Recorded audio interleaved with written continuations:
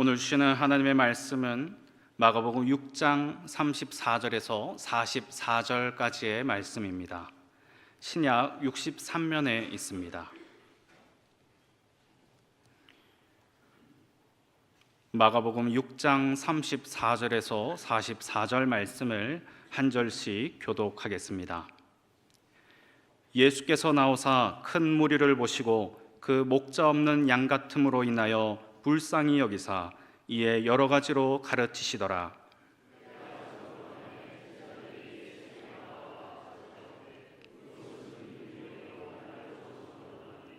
무리를 보내어 두루 촌과 마을로 가서 무엇을 사 먹게 하옵소서.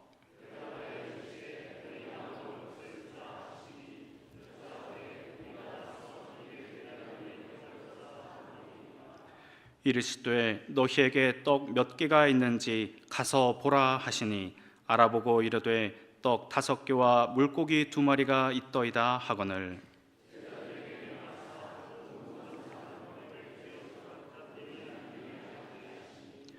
때로 100명씩 또는 50명씩 앉은지라.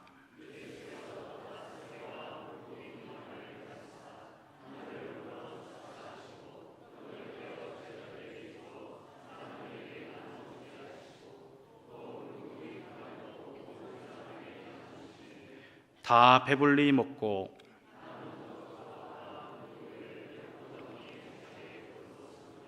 함께 읽겠습니다. 떡을 먹은 남자는 5,000명이었더라. 아멘. 우리 좌우에 계신 분들에게 인사하겠습니다. 사랑합니다. 축복합니다.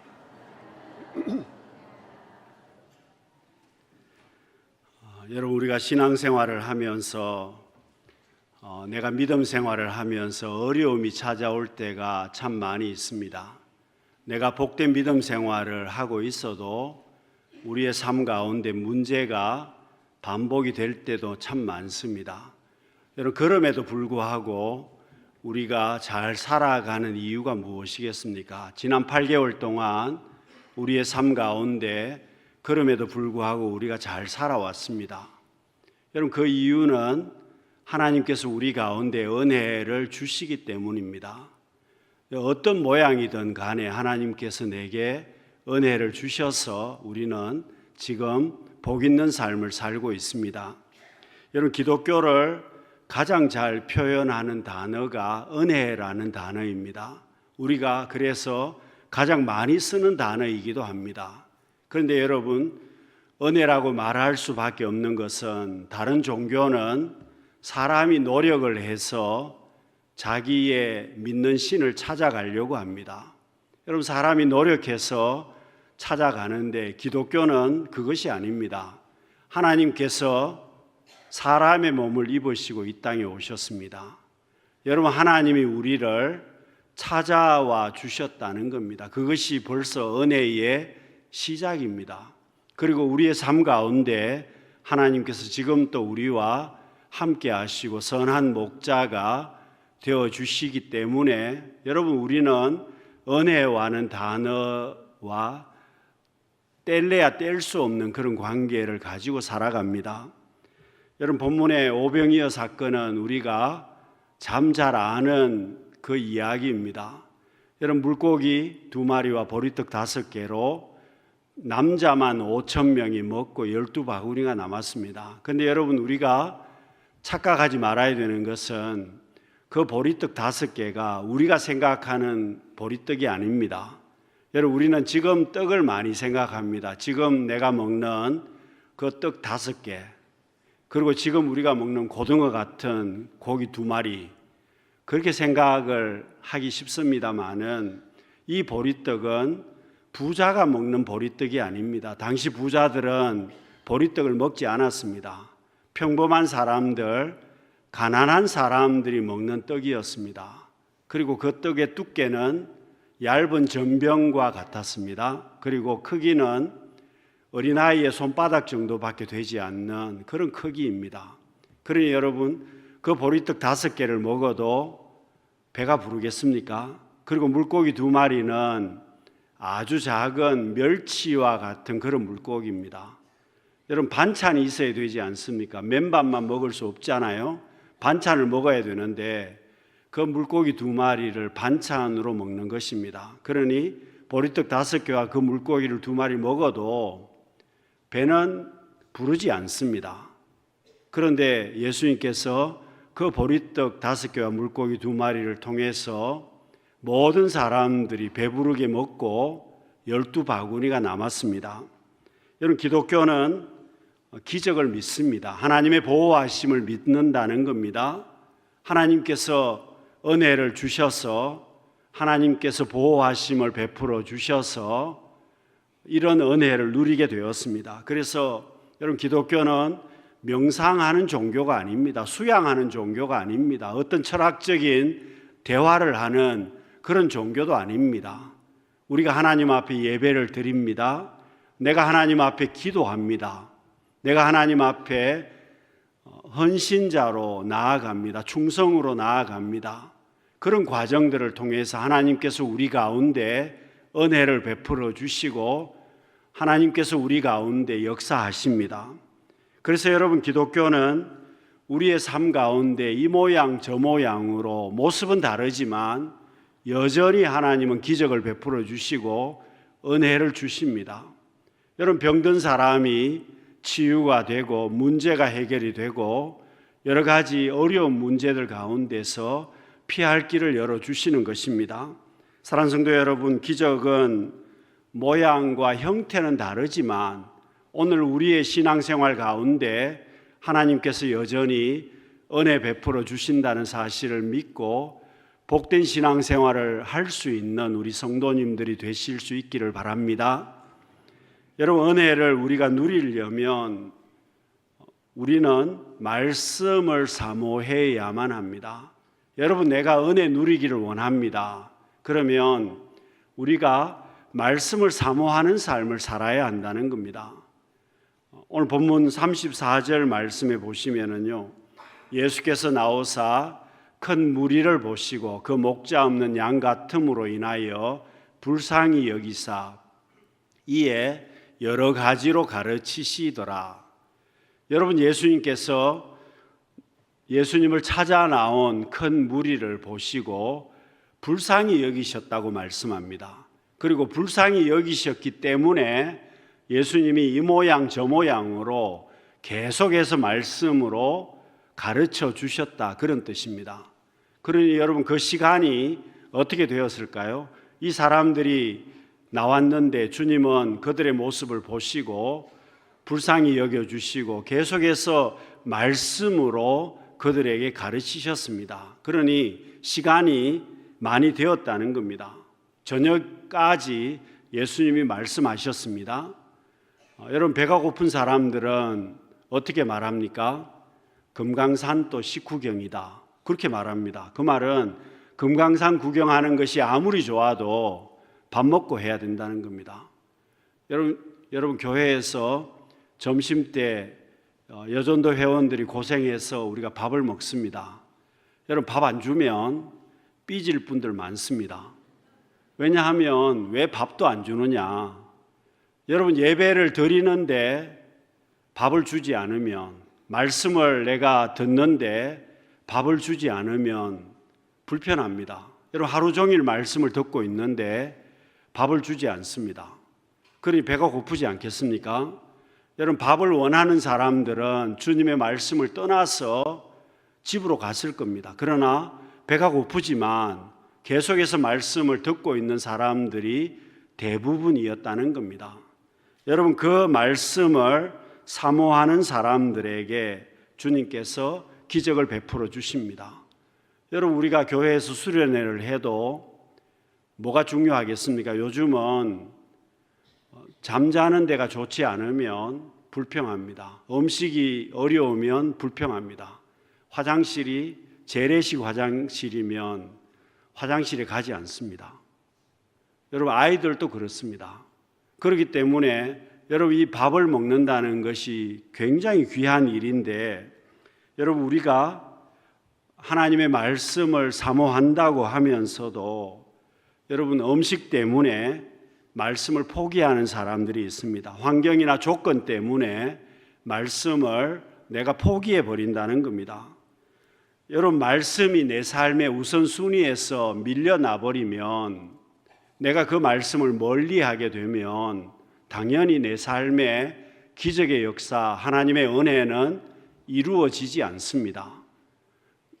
여러분, 이스라엘 백성들이 가나안 땅에 들어가기 전에 12명의 정탐꾼을 먼저 가나안 땅을 정탐하기 위해서 보냅니다. 그런데 2명과 10명의 차이가 생겼습니다. 여러분, 2명은 어떻게 이야기를 합니까? 하나님께서 우리에게 이 땅을 주시겠다고 약속의 말씀을 주셨으니 이 땅은 우리가 차지할 수 있다. 저 사람들은 우리의 밥이다라고 이야기를 합니다. 그런데 반대로 10명의 정탐꾼들은 다르게 이야기합니다. 과연 그 땅은 젖과 꿀이 흐르는 땅이다. 정말 좋은 땅이다. 그런데 우리가 그 땅을 가서 보니까 성벽은 아주 높아서 우리가 정복할 수 없고 그 땅 사람들이 거인족들이어서 우리가 상대하기 어렵다.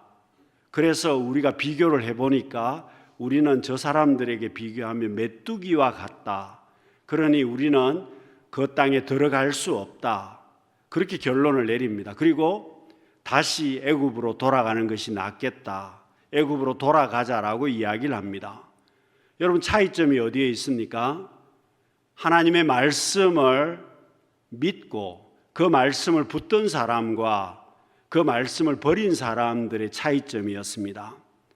여러분, 우리는 계산이 빠른 사람들입니다. 여러분, 한국 분들이 정말 계산을 잘합니다. 수학을 참 잘합니다.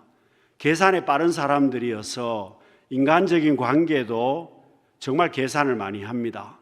여러분, 심지어 하나님과 나 사이도 계산하시는 분들이 있습니다. 여러분, 하나님 앞에 은혜를 누리려면 인간적인 계산 방법을 내려놓아야 한다는 겁니다. 하나님의 말씀에 내가 그 말씀을 듣고 믿고 순종해야 되는 것이지 계산해서는 도무지 그 말씀을 믿을 수 없다는 겁니다. 여러분, 계산하면 말씀을 믿을 수가 없습니다. 말씀을 따라갈 수도 없습니다. 사랑하는 성도 여러분, 우리가 하나님 앞에 말씀을 듣고 그 말씀을 믿고 순종할 수 있는, 계산하지 아니하고 그 말씀을 믿고 나아갈 수 있는, 그러므로 은혜를 누릴 수 있는 우리 성도님들이 다 되시기를 바랍니다. 여러분, 우리의 삶이 빈들처럼 아무것도 없을 수도 있습니다. 그렇지만 믿음으로 구하는 자에게 하나님은 은혜를 주십니다. 지금 이스라엘 백성들이 모여 있는 장소가 빈 들판이었습니다. 베세다 들판이었습니다. 여러분, 아무것도 없습니다. 그런데 35절과 36절 말씀을 보시면 제자들이 물었습니다. 여짜오되 이곳은 빈 들이요 날도 저물어 가니 무리를 보내어 두루 촌과 마을로 가서 무엇을 사 먹게 하옵소서. 여러분, 제자들이 상식적으로 이야기를 했습니다. 예수님, 저녁이 다 돼 가니까 빨리 무리를 해산시켜서 마을로 보내라는 겁니다. 그래서 저녁을 해결할 수 있도록 하자는 것이었습니다. 그런데 여러분, 예수님께서 어떻게 답을 하셨느냐 하면 너희가 먹을 것을 주라고 이야기합니다. 37절 말씀을 보시면은요, 너희가 먹을 것을 주라 하시니, 여러분, 제자들이 당황하지 않았겠습니까? 우리가 지금 떡 공장을 하는 것도 아니고 떡을 싸들고 다니는 것도 아니고, 떡이 이 베세다 들판에서 떡이 어디에 있느냐, 그리고 돈도 어디에 있느냐, 돈도 없고 떡도 없는데 예수님이 지금 너희가 먹을 것을 주라고 말씀하시니 제자들이 당황했습니다. 그런데 여러분, 왜 예수님께서 제자들에게 너희가 먹을 것을 주라고 말씀하셨겠습니까? 지금까지 제자들은 주님과 함께 했습니다. 그리고 주님이 행하시는 모든 일들을 제자들은 경험했습니다. 그래서 지금 예수님께서는 제자들의 믿음을 확인하시는 겁니다. 제자들이 하나님 앞에 지금 예수님 앞에 믿음으로 반응하기를 원하셨던 겁니다. 여러분, 제자들은 예수님이 물로 포도주를 만드시는 것을 경험했습니다. 환자들을 고쳐주시는 것을 경험했습니다. 당시 불치병이라고 하는 중풍병도 예수님이 고쳐주셨습니다. 심지어 소경이 눈을 뜨는 것도 보았습니다. 더군다나 죽은 사람을 살려주시는 것도 보지 않습니까? 풍랑이 잔잔해지는 것도 제자들이 경험했습니다. 그러면 여러분, 제자들이 믿음으로 예수님 앞에 반응하기를 주님은 원하셨다는 겁니다. 그런데 제자들은 믿음으로 전혀 반응하지 않습니다. 오히려 빈 들판만 눈에 보입니다. 떡만 생각이 되고 돈만 생각이 되는 그런 상황이었습니다. 사랑하는 성도 여러분, 제자들만 그렇습니까? 오늘 나도 그렇습니다. 여러분들도 예외가 아닙니다. 여러분, 우리도 신앙생활 하면서 주님 앞에 뭐라고 이야기합니까? 주님, 내가 떡이 없습니다.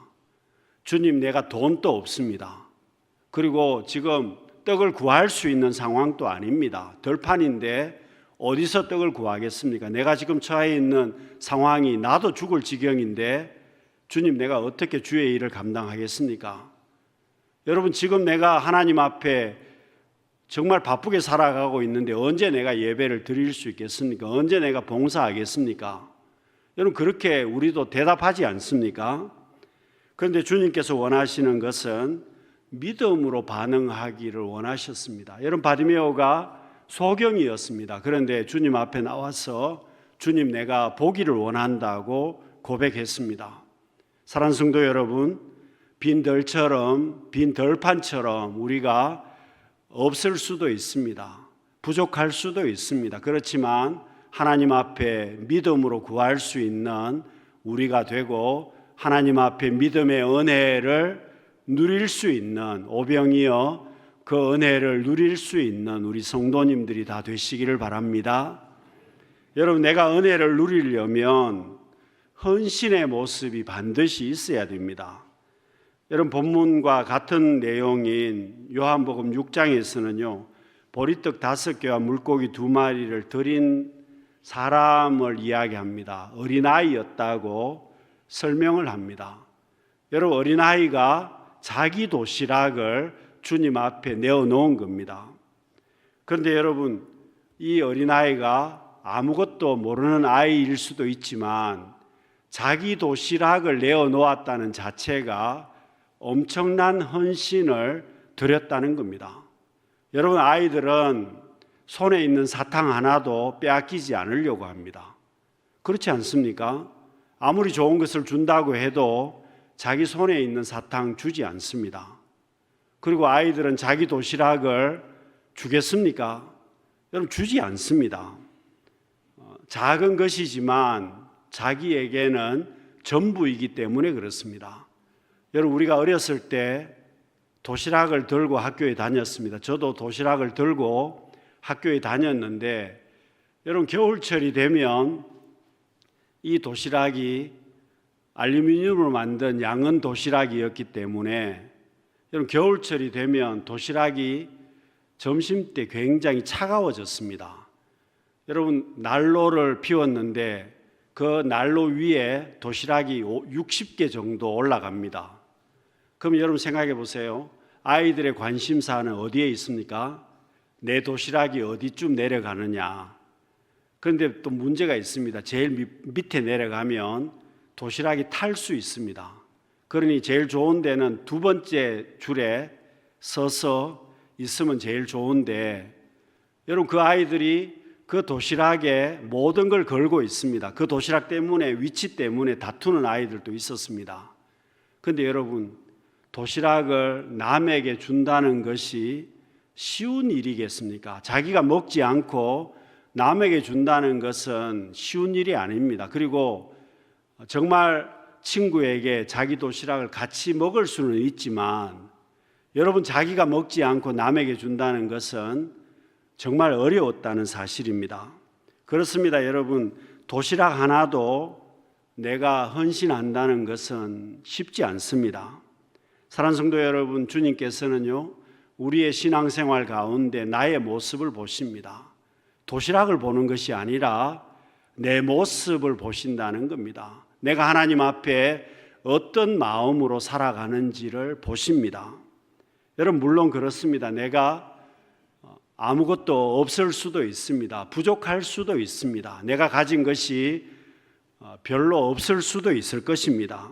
그렇지만 하나님께서 내게 원하시는 것은 그것을 통해서 하나님은 헌신하기를 원하신다는 겁니다.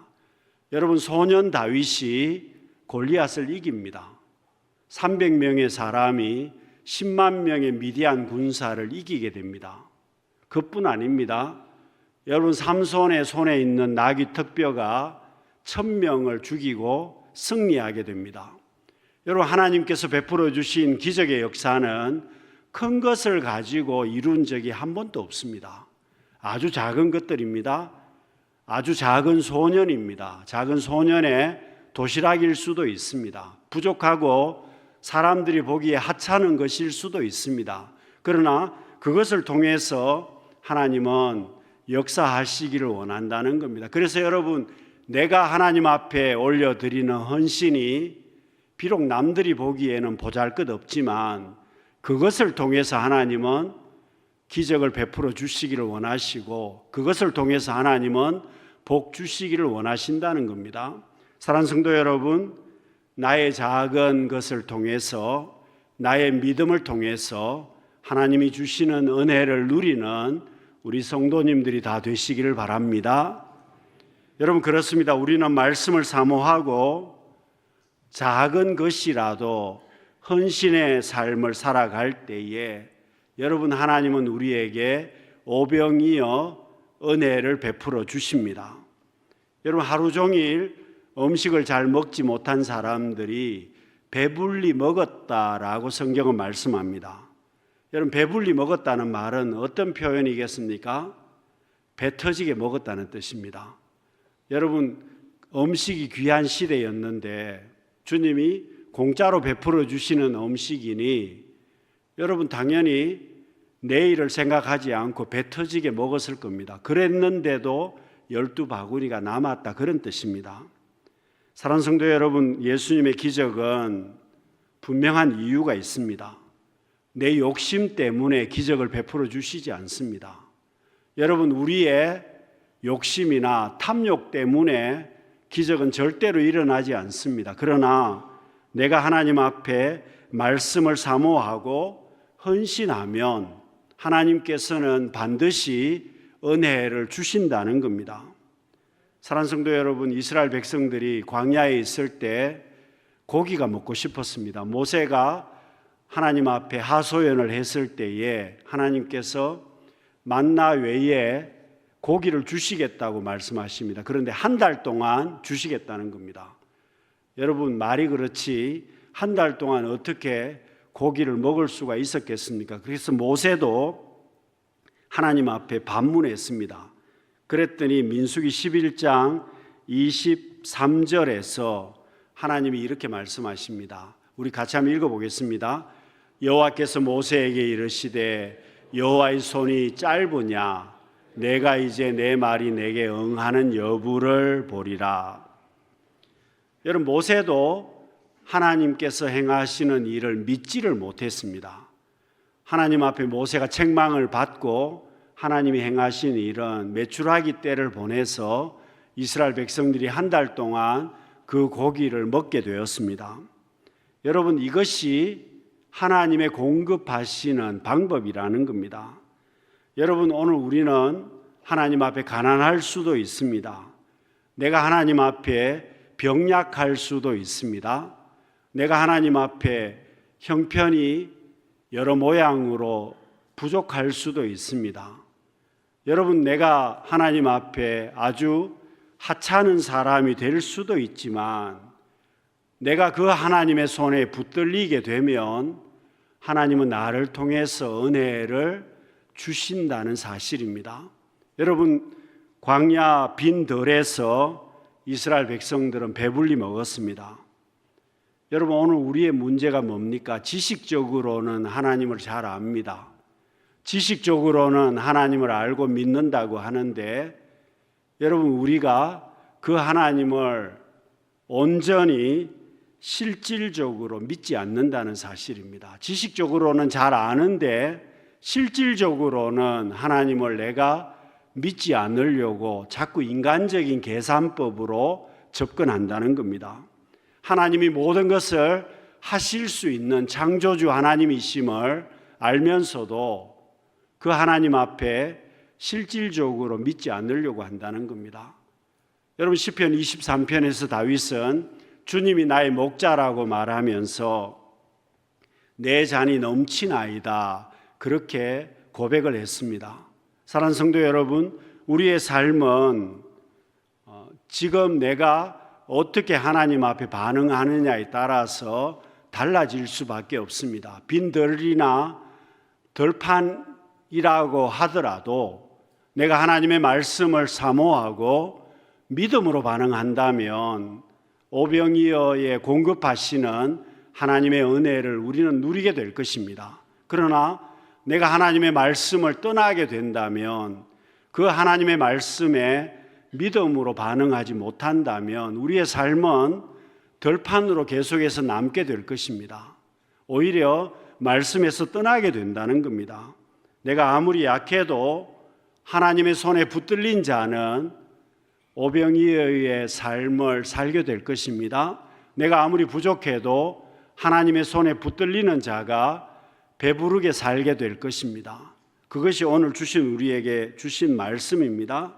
하나님이 책임지시는 인생은 그렇게 될 수밖에 없다는 뜻입니다. 사랑하는 성도 여러분, 하나님이 주시는 풍성한 은혜를 누리며 살아갈 수 있는 내가 하나님의 말씀을 사모하고 믿음으로 반응하심을 통해서 하나님이 주시는 은혜를 흘러넘치는 그 은혜를 누리며 살아갈 수 있는 강남의 모든 성도님들이 되시기를 바랍니다. 기도하겠습니다. 사랑이 많으신 하나님 아버지, 나는 부족합니다. 나는 가진 것도 없고 능력도 없습니다. 그렇지만 하나님의 말씀을 사모합니다. 내가 하나님 앞에 믿음으로 나아갑니다. 나를 통하여 오병이어 기적의 역사가 펼쳐지게 하여 주시고 하나님 주시는 풍성한 은혜를 누리며 살아갈 수 있는 복된 인생들이 다 되게 하여 주옵소서. 예수님 이름으로 기도드립니다. 아멘.